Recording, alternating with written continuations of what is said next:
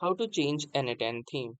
So hey guys, welcome to this quick and short tutorial. In this quick and short tutorial, I'm going to guide you how you can simply change the theme of your n8n instance.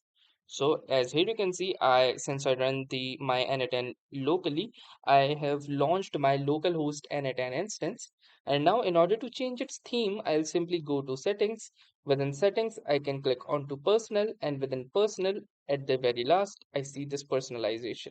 From here, under the theme, I can choose any theme which is currently set to system default. So for example, I can choose light theme and click on to save button. And now you can see it has switched to the light theme. For dark theme, I can choose the same again and click save button. So that was all for this particular tutorial. I hope this video was helpful to you. If this video was helpful, do make sure to drop a like and also subscribe to our YouTube channel for more such exciting and helpful video content. So that was all. Thanks for watching and have a nice day.